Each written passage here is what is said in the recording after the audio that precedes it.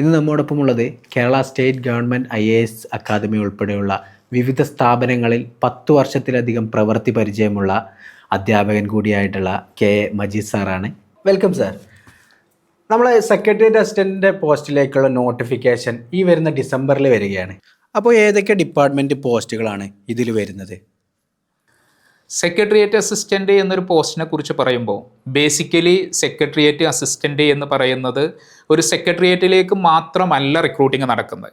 പക്ഷേ ഏറ്റവും കൂടുതൽ റിക്രൂട്ടിംഗ് വരുന്നത് സെക്രട്ടേറിയറ്റിലേക്ക് ആയത് കാരണമാണ് നമ്മൾ സെക്രട്ടേറിയറ്റ് അസിസ്റ്റൻ്റ് എന്നൊരു പേര് ഇതിന് പറയാൻ കാരണം.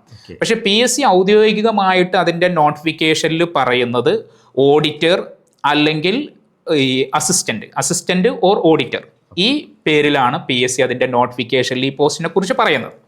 ഇനി ഇതിൻ്റെ ഡിപ്പാർട്ട്മെൻറ്റുകളെ കുറിച്ച് പറയുകയാണെങ്കിൽ ഏറ്റവും ഇമ്പോർട്ടൻ്റ് ആയിട്ടുള്ള ഡിപ്പാർട്ട്മെൻറ്റ് എന്ന് പറയുന്നത് സെക്രട്ടേറിയറ്റ് തന്നെയാണ്. ഗവൺമെൻറ് സെക്രട്ടേറിയറ്റ് ആണ് ഏറ്റവും ഇമ്പോർട്ടൻ്റ് ആയിട്ടുള്ള ഈ ഡിപ്പാർട്ട്മെൻറ്റ് എന്ന് പറയുന്നത്. അതുപോലെ തന്നെ കേരള പബ്ലിക് സർവീസ് കമ്മീഷൻ ഉണ്ട്, PSCയിലേക്ക് ഇതിലൂടെ അസിസ്റ്റന്റുമാരെ റിക്രൂട്ട് ചെയ്യുന്നുണ്ട്. അതുപോലെ തന്നെ അഡ്വക്കേറ്റ് ജനറൽ ഓഫീസ് എറണാകുളത്തെ AG ഓഫീസിലേക്ക് ഇതിൻ്റെ റിക്രൂട്ടിംഗ് നടക്കുന്നുണ്ട്. അതുപോലെ തന്നെ ലോക്കൽ ഫണ്ട് ഓഡിറ്റ് ഡിപ്പാർട്ട്മെൻറ്റിലേക്ക് നടക്കുന്നുണ്ട്. അതുപോലെ ഈ വിജിലൻസ് ട്രൈബ്യൂണലിൻ്റെ ഓഫീസിലേക്കുള്ള റിക്രൂട്ട്മെൻറ്റ് നടക്കുന്നുണ്ട്. അതുപോലെ special judge and enquiry commission ഓഫീസിലേക്കുള്ള അസിസ്റ്റന്റുമാരെ റിക്രൂട്ട് ചെയ്യുന്നത് ഈ ഒരു എക്സാമിലൂടെയാണ്. അപ്പോൾ ഇങ്ങനെ വ്യത്യസ്തമായ ഡിപ്പാർട്ട്മെൻറ്റുകളിലേക്കാണ് റിയലി സെക്രട്ടേറിയറ്റ് അസിസ്റ്റൻ്റ് എന്ന എക്സാമിലൂടെ റിക്രൂട്ട്മെൻറ്റ് നടക്കുന്നത്.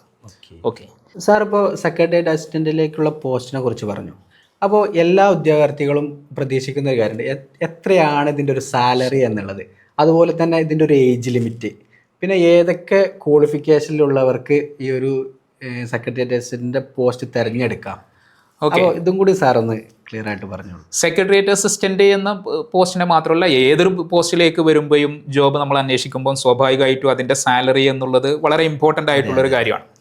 അപ്പോൾ PSC ഇതിൻ്റെ സ്കെയിൽ ഓഫ് പേ എന്ന് പറയുന്നത് ശരിക്ക് 39,300 39,300 മുതൽ 83,000 എന്നാണ് അതിൻ്റെ സ്കെയിൽ ഓഫ് പേ. ഈ സ്കെയിൽ ഓഫ് പേ എന്ന് പറയുമ്പോൾ സ്വാഭാവികമായിട്ടും പലർക്കും ഒരു സംശയം ഉണ്ടാവും, എന്താണ് ഈ 39,300 മുതൽ 83,000 വരെ ഈ ഒരു സാലറി സ്കെയിൽ എല്ലാവർക്കും കിട്ടുമോ? അങ്ങനെയല്ല. ഒരാൾ ബേസിക്കലി ഈ ഒരു സർവീസിലേക്ക് ജോയിൻ ചെയ്യുന്ന സമയത്ത് അവരുടെ ബേസിക് പേ എന്ന് പറയുന്നത് 39,300 സ്റ്റാർട്ട് ചെയ്യുക. എന്നിട്ട് ഓരോ ഇൻക്രിമെന്റ് കൂടുന്നതിനനുസരിച്ച് എന്ത് ചെയ്യും, അതിൻ്റെ സാലറി സ്കെയിൽ ഇങ്ങനെ ഓരോ വർഷവും ഇൻക്രിമെന്റ് ഉണ്ടാവും. അതിങ്ങനെ കൂടി പോയിട്ട് 80 ഈ ഒരു പോസ്റ്റിൽ തന്നെയാണ് തുടരുന്നതെങ്കിൽ എന്ത് ചെയ്യും, 83,000 വരെയാണ് അതിൻ്റെ. പിന്നെ അടുത്ത ഒരു പ്രൊമോഷനിലേക്ക് പോകും. അതിൻ്റെ ഉള്ളിൽ തന്നെ അത്രയൊന്നും വരാൻ നിൽക്കാറില്ല സാധാരണ, അതിൻ്റെ ഉള്ളിൽ തന്നെ അടുത്തൊരു പ്രൊമോഷനിലേക്ക് പോകും. പക്ഷേ ഇനി ബേസിക് പേ മാത്രമല്ല, ബേസിക് പേ ഇപ്പോൾ 39,300 സ്റ്റാർട്ട് ചെയ്യുന്നതെങ്കിലും അതിനോടൊപ്പം ഇപ്പോൾ DA ഉണ്ട്, ഡിയർനെസ് അലവൻസ് അഥവാ DA കിട്ടും. DA ഇപ്പം വളരെ ഗവൺമെന്റ് ഇപ്പം കുറച്ച് പെൻഡിങ്ങിലാണ്. DA ഇപ്പോൾ പ്രസന്റ് ലാസ്റ്റ് പ്രഖ്യാപിച്ച 3% DA അടക്കം 12%, 9% ആയിരുന്നു, അതും കൂടി കൂട്ടിയിട്ട് ഇപ്പം 3% കൂട്ടി, അങ്ങനെ ടോട്ടൽ 12%, 12%. അപ്പോൾ ഈ 12% എന്ന് പറയുമ്പോൾ 4,716 അത് വന്നു. ഈ 39,300 കൂടെ 4,716 അത് വന്നു. പിന്നെ അതുപോലെ HRA ഉണ്ട്. HRA ഈ സിറ്റികളിലാണെങ്കിൽ 10% ആണ് 10% ആണ് ഇപ്പോഴത്തെ HRA എന്ന് പറയുന്നത്. അപ്പൊ ഈ സാലറിയുടെ 39,300 10% എന്ന് പറയുമ്പോൾ 3,930 അതും വന്നു. അപ്പൊ അതും കൂടി ഈ സാലറിയോടെ കൂടെ കൂട്ടും.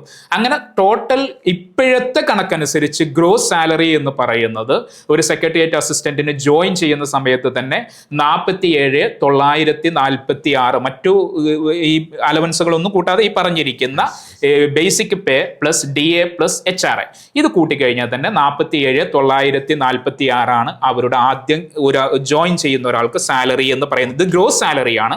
ഇതിന്റെ ഇനി നെറ്റ് സാലറി ഇതിൽ നിന്ന് നമ്മുടെ ഈ SLI, GIS, PF അതുപോലെ NPSലേക്കാണ് സ്വാഭാവികമായിട്ടും പോവുക. ഇങ്ങനെയുള്ള ബേസിക് ആയിട്ടുള്ള ഈ ഡിഡക്ഷനുകളൊക്കെ വരാണ്ട്.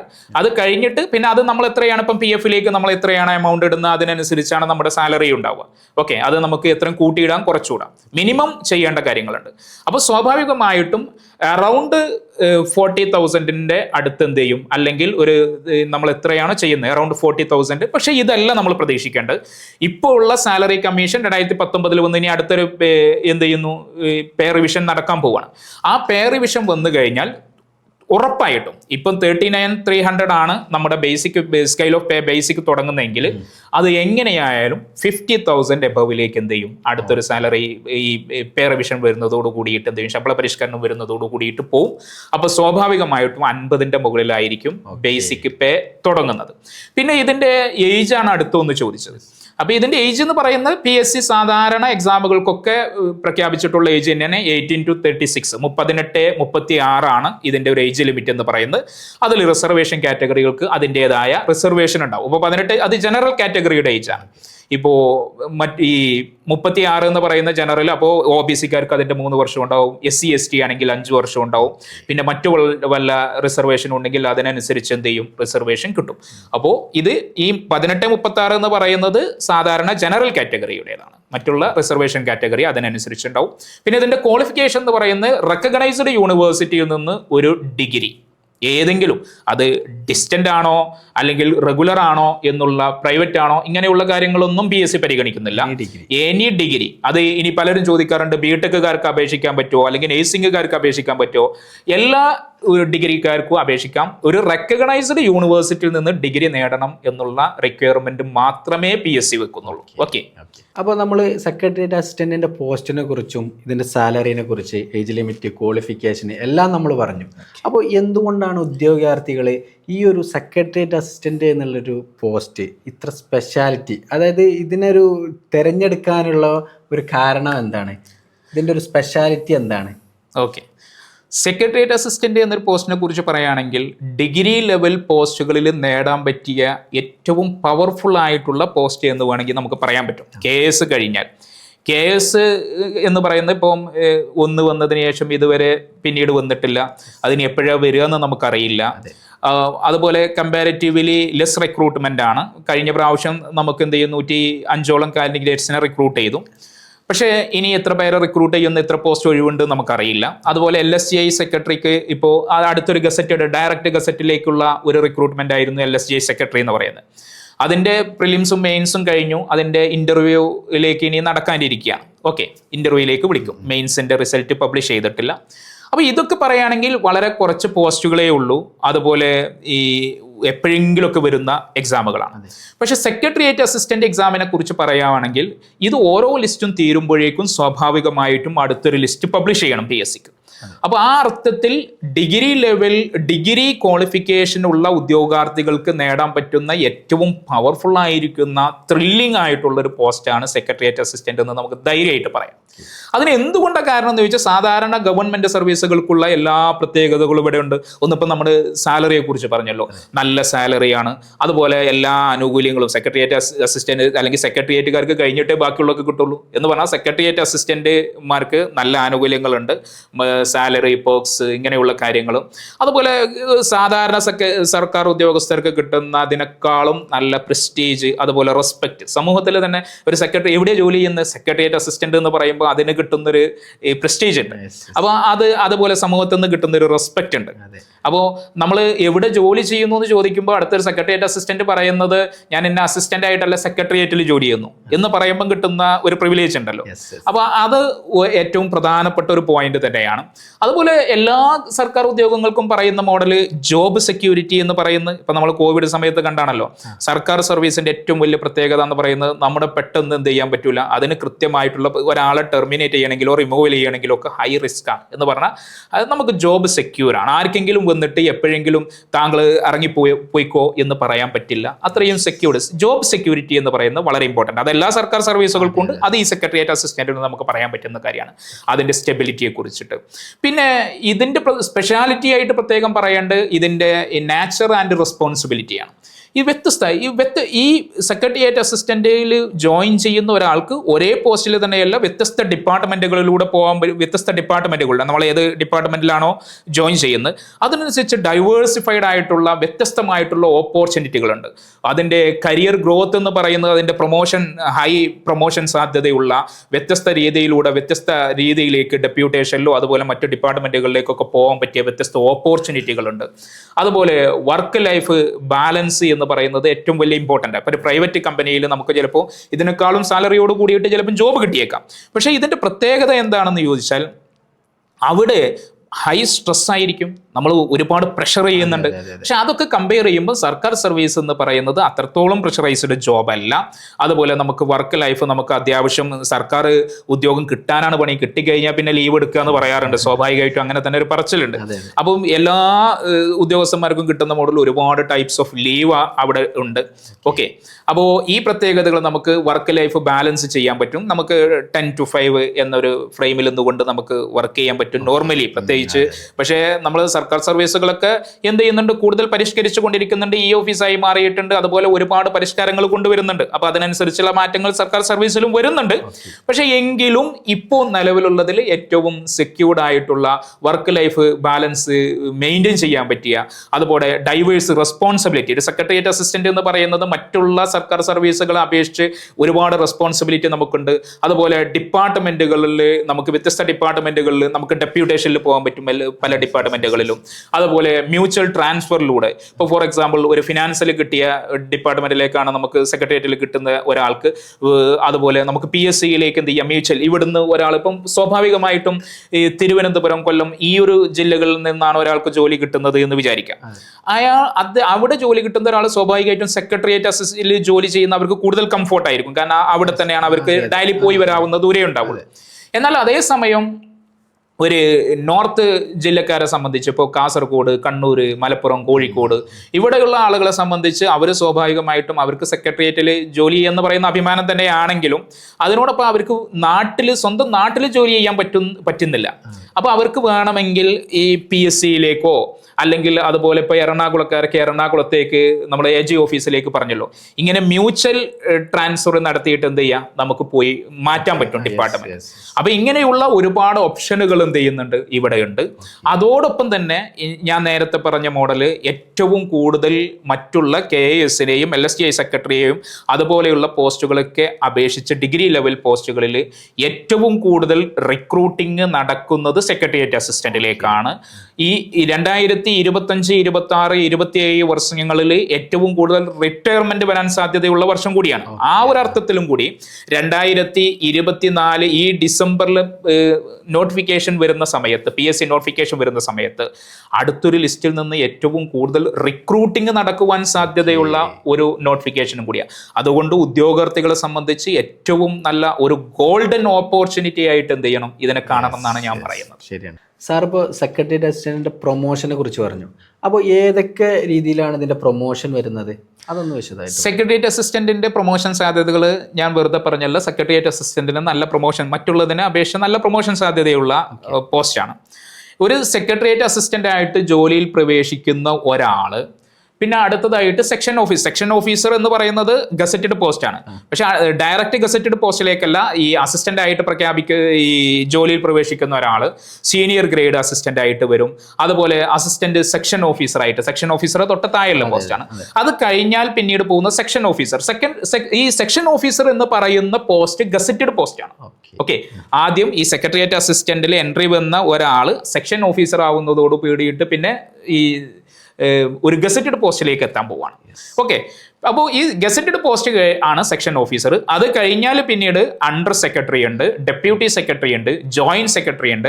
ഇത് പ്രൊമോഷനായിട്ട് ഇങ്ങനെ പോകുന്ന ഓരോ നമ്മൾ എത്ര ലൈഫ് ഈ നമുക്ക് സർവീസ് ഉണ്ടോ, യങ് ഏജിൽ കയറി കഴിഞ്ഞാൽ പിന്നീട് അഡീഷണൽ സെക്രട്ടറി, സ്പെഷ്യൽ സെക്രട്ടറി പോസ്റ്റിലേക്ക് വരെ ആവാൻ എല്ലാവരും, സെക്രട്ടേറിയറ്റ് അസിസ്റ്റന്റ് ആവുന്ന എല്ലാവരും ഈ സ്പെഷ്യൽ സെക്രട്ടറി ആവോ അഡീഷണൽ സെക്രട്ടറി ആവോ എന്ന് ചോദിച്ചാൽ അതിന് ഉത്തരം ഇല്ല എന്ന് തന്നെയാണ്. പക്ഷേ നിങ്ങൾക്ക് യങ് ഏജിൽ കയറിയിരിക്കുന്ന ഒരാളാണെങ്കിൽ നിങ്ങൾക്ക് എന്ത് ചെയ്യാം, ഈ ശരിക്ക് അഡീഷണൽ സെക്രട്ടറി, സ്പെഷ്യൽ സെക്രട്ടറി എന്ന് പറയുന്ന IAS എടുക്കുന്ന പോസ്റ്റ്, IAS റിക്രൂട്ട് ചെയ്യുന്ന പോസ്റ്റാണ്. ആ പോസ്റ്റിലേക്ക് ഒരു ഡിഗ്രി ലെവൽ ഉദ്യോഗാർത്ഥിക്ക് എന്ത് ചെയ്യാം, യങ് ഏജ് കയറി കഴിഞ്ഞാൽ ഈ അഡീഷണൽ സെക്രട്ടറി പോസ്റ്റിലേക്കും സ്പെഷ്യൽ സെക്രട്ടറി IAS എടുക്കുന്ന പോസ്റ്റിലേക്ക് വരെ എത്തിപ്പെടാൻ എന്ത് ചെയ്യുന്നുണ്ട്, സെക്രട്ടേറിയറ്റ് അസിസ്റ്റന്റ് പോസ്റ്റിലെ പ്രൊമോഷൻ ഒരുക്കുന്നുണ്ട്. ഓക്കെ, ഇത് ഞാൻ സെക്രട്ടേറിയറ്റിനെ കുറിച്ചിട്ടാണ്. ഇനി പല ഡിപ്പാർട്ട്മെന്റുകളിൽ ഈ പേരുകളിലൊക്കെ വ്യത്യാസമുണ്ട്. പക്ഷേ ഏകദേശം ഈ ഒരു റേഞ്ചിൽ തന്നെയാണ് അവരും പോകുന്നത്. ഓക്കെ, ഇതൊക്കെയാണ് ഇതിന്റെ പ്രൊമോഷൻ സാധ്യതകൾ എന്ന് പറയുന്നത്. അപ്പോൾ സെക്രട്ടേറിയറ്റ് അസിസ്റ്റന്റിന്റെ എക്സാമിൽ ഒരുപാട് ചേഞ്ചസ് വന്നിട്ടുണ്ട് എന്നതിൽ ഉദ്യോഗാർത്ഥികൾ ആശങ്കയോടെ പറയുന്നുണ്ട്. അപ്പോൾ എന്തൊക്കെ ചേഞ്ചുകളാണ് ഈ വരുന്ന 2025 എക്സാമിൽ മാറ്റങ്ങൾ വന്നിട്ടുള്ളതെന്ന് വിശദമായിട്ട് പറയാം. 2024 പബ്ലിഷ് ചെയ്യാൻ പോകുന്ന നോട്ടിഫിക്കേഷനിൽ PSC എന്ത് ചെയ്യുന്നു, ഒരു വലിയ ചേഞ്ച് കൊണ്ടുവരാൻ പോകുന്നു എന്ന് 28/10/2024 PSC ഒരു അനൗൺസ്മെന്റിലൂടെ അറിയിച്ചിട്ടുണ്ട്. അതാണ് ഉദ്യോഗാർത്ഥികളെ കൂടുതൽ ആശങ്കപ്പെടുത്തുന്ന ഒരു കാര്യം. സത്യത്തിൽ ഇതിനെ എത്രത്തോളം ആശങ്കപ്പെടുത്തണം? PSC പറഞ്ഞ കുറെ പോസിറ്റീവ് ആയിട്ടുള്ള കാര്യങ്ങളുണ്ട്. നമ്മളെപ്പോഴും പോസിറ്റീവ് ആയിട്ടുള്ള കാര്യങ്ങൾ ഉണ്ടെങ്കിലും സ്വാഭാവികമായിട്ടും നെഗറ്റീവ് ആയിട്ടുള്ള കാര്യങ്ങളെ പിടിക്കുള്ളൂ. അപ്പോൾ ഇതിൽ പോസിറ്റീവ് ആയിട്ടുള്ള കാര്യം എന്ന് പറയുന്നത്, ഒന്ന്, ഡിസംബറിൽ നോട്ടിഫിക്കേഷൻ വരും എന്ന് നമുക്ക് 100% ഉറപ്പിക്കാൻ പറ്റും. രണ്ടാമത്തെ കാര്യം എന്ന് പറയുന്നത്, PSC അനൗൺസ് ചെയ്ത ഉദ്യോഗാർത്ഥികളെ ആശങ്കപ്പെടുത്തുന്ന ഒരു കാര്യം എന്ന് പറയുന്നത്, പ്രിലിംസ്, മെയിൻസ്, ഇന്റർവ്യൂ ഈ 3 സ്റ്റേജുകളിലൂടെ കടന്നു പോകണം എന്നാണ്. സത്യത്തിൽ ഉദ്യോഗാർത്ഥികൾ മുമ്പ് സെക്രട്ടേറിയറ്റ് അസിസ്റ്റന്റ് എക്സാമിനേഷന് മുമ്പ് എന്ത് ചെയ്തിട്ടുണ്ടായിരുന്നു? ഇന്റർവ്യൂ ഉണ്ടായിരുന്നു. അത് ഒഴിവാക്കിയതാണ് പിന്നീട്. ഓക്കെ, ഇപ്പോൾ ഉള്ളത്, ഇപ്പോഴത്തെ ഉദ്യോഗാർത്ഥികൾ കഴിഞ്ഞ സെക്രട്ടേറിയറ്റ് അസിസ്റ്റന്റ് തന്നെ പ്രിലിംസും മെയിൻസും എഴുതിയിട്ടുണ്ട്, പക്ഷെ ഇന്റർവ്യൂ ഇല്ലായിരുന്നു എന്നേ ഉള്ളൂ. ഇപ്പോൾ ഇന്റർവ്യൂ എന്ന് പറയുന്ന പുതിയൊരു കാര്യം ഇൻട്രൊഡ്യൂസ് ചെയ്തു എന്നാണ് ഒന്നാമത് ഉദ്യോഗാർത്ഥികളെ ആശങ്കപ്പെടുത്തുന്ന ഒന്നാമത്തെ കാര്യം. രണ്ടാമത്തെ കാര്യം എന്ന് പറയുന്നത്, മെയിൻസിന് മുമ്പ് ഒരു പേപ്പറേ ഉള്ളായിരുന്നു, 100 മാർക്കിന്റെ ഒരു പേപ്പർ ഉള്ളായിരുന്നു. അത് 2 പേപ്പറായിട്ട് ഇൻട്രൊഡ്യൂസ് ചെയ്തു. 100 മാർക്കിന്റെ ഓരോ പേപ്പർ 2 പേപ്പേഴ്സുകളായിട്ട് ഇൻട്രൊഡ്യൂസ് ചെയ്തു. ഇതാണ് അടുത്തൊരു കാര്യം എന്ന് പറയുന്നത്. പക്ഷേ ഈ ഡീറ്റെയിൽഡ് സിലബസും സ്കീം ഓഫ് എക്സാമിനേഷനും വരുന്നത് ഡിസംബറിൽ വരുന്ന നോട്ടിഫിക്കേഷനോട് കൂടെ വരുള്ളൂ. ഓക്കെ, അതാണ് PSC പറഞ്ഞിരിക്കുന്നത്. പക്ഷെ PSC പറഞ്ഞ അടുത്തൊരു പോസിറ്റീവ് ആയിട്ടുള്ള കാര്യം എന്ന് പറയുന്നത്, ലിസ്റ്റ്, ഫൈനൽ റാങ്ക് ലിസ്റ്റ് 12/4/2026 അവർക്ക് പബ്ലിഷ് ചെയ്യണം. അപ്പൊ സ്വാഭാവികമായിട്ടും നമുക്ക് ഉറപ്പിക്കാം. കാരണം എന്തുകൊണ്ടെന്ന് ചോദിച്ചാൽ, ഇപ്പം ഈ നിലവിലുള്ള ലിസ്റ്റ് തീരുന്ന മുറക്ക് അടുത്ത ലിസ്റ്റ് എന്ത് ചെയ്യണം? പബ്ലിഷ് ചെയ്യണം. അപ്പൊ സ്വാഭാവികമായിട്ടും അവർക്ക് കൃത്യമായിട്ട് ഡിസംബറിൽ നോട്ടിഫിക്കേഷൻ വരും. നോട്ടിഫിക്കേഷൻ വന്നാൽ ജനുവരി ആദ്യ വീക്കോട് കൂടിയിട്ട് തന്നെ എന്ത് ചെയ്യും? കൃത്യമായിട്ടുള്ള ഷെഡ്യൂൾ തരും. എക്സാമിനേഷനിൽ പ്രിലിംസ് എപ്പോഴാവും, മെയിൻസ് എപ്പോഴാവും, ഇന്റർവ്യൂ എപ്പോഴായിരിക്കും എന്നതിനെ കുറിച്ച്. ഇത് നമുക്ക് കറക്റ്റ് പറയാൻ പറ്റില്ലെങ്കിലും ഏകദേശം എന്ത് ചെയ്യാം? നമുക്ക് പ്രെഡിക്റ്റ് ചെയ്യാൻ പറ്റും. 2026 ലിസ്റ്റ് പബ്ലിഷ് ചെയ്യണമല്ലോ. അപ്പോൾ സ്വാഭാവികമായിട്ടും ഏപ്രിലോട് കൂടിയിട്ട് ലിസ്റ്റ് പബ്ലിഷ് ചെയ്യണമെങ്കിൽ ഈ കൃത്യമായിട്ടുള്ള പ്രൊസീജിയർ കൃത്യമായിട്ടുള്ള ടൈമിന് നടത്തി കഴിഞ്ഞാൽ അപ്പോഴേക്കും പബ്ലിഷ് ചെയ്യാൻ പറ്റുള്ളൂ. ഓക്കെ, സെക്രട്ടേറിയറ്റ് അസിസ്റ്റന്റിന്റെ പ്രിലിംസ്, മെയിൻസ്, ഇന്റർവ്യൂ ഈ 3 സ്റ്റേജുകളിലൂടെയാണ് വരുന്നത്. പ്രിലിംസ് എന്ന് പറയുന്നത് 100 മാർക്കിന്റെ ഒറ്റ പേപ്പർ തന്നെയേ ഉള്ളൂ. ആ 100 മാർക്കിന്റെ ഒറ്റ പേപ്പറിൽ സാധാരണ നമ്മൾ പ്രിലിംസിന് മിക്കവാറും ഇപ്പോൾ നിലവിലുള്ള പ്രിലിംസ് സിലബസ്, കോമൺ പ്രിലിമിനറി എക്സാമിനേഷന് നമ്മളെല്ലാ ഉദ്യോഗാർത്ഥികളും എഴുതിക്കൊണ്ടിരിക്കുന്ന എക്സാമിന്റെ സിലബസ് തന്നെ ആവാനാണ് സാധ്യത. ഓക്കെ, അതിൽ നമുക്ക് പ്രിലിംസിന് ഈ GK പാർട്ടിൽ നിന്നാണ് 50 മാർക്ക് വരുന്നത്. GK പാർട്ടിൽ നമ്മൾ സാധാരണ ഹിസ്റ്ററി, കേരള ഹിസ്റ്ററി ഉണ്ട്, ഇന്ത്യൻ ഹിസ്റ്ററി ഉണ്ട്, ഇന്ത്യയിൽ തന്നെ മെഡീവൽ ആൻഡ് മോഡേൺ ഇന്ത്യ, അതുപോലെ തന്നെ വേൾഡ് ഹിസ്റ്ററി, ഇതാണ് 10 മാർക്കിന്റെ ഏരിയകൾ വരുന്നത്. പിന്നെ ജോഗ്രഫി എന്ന് പറയുന്ന ഫിസിക്കൽ, ഇന്ത്യൻ ജോഗ്രഫി, അതുപോലെ ഫിസിക്കൽ ജോഗ്രഫി, കേരള ജോഗ്രഫി, ഇത് 5 മാർക്കിനാണ് ഉള്ളത്. അതുപോലെ തന്നെ എക്കണോമിക്സ് ആണ് പിന്നീടുള്ള 5 മാർക്കിന് വരുന്നത്. സിവിക്സ് 5 മാർക്കിന്, ഇന്ത്യൻ കോൺസ്റ്റിറ്റ്യൂഷൻ 5 മാർക്കിന്, പിന്നെ അതുപോലെ ആർട്സ്, സ്പോർട്സ്, ലിറ്ററേച്ചർ എന്ന് പറയുന്ന ഒരു ഏരിയയാണ് 10 മാർക്കിന് മാർക്ക് ഉള്ളത്. പിന്നെ കമ്പ്യൂട്ടർ സയൻസിന് 5 മാർക്കും, സയൻസ് ആൻഡ് ടെക്നോളജിക്ക് 5 മാർക്കും. ഇങ്ങനെയാണ് ഇതിന്റെ GK പാർട്ട് വരുന്നത്. പ്രിലിംസിന്റെ GK പാർട്ട് 50 മാർക്കിന് ഇതാണ് വരുന്നത്.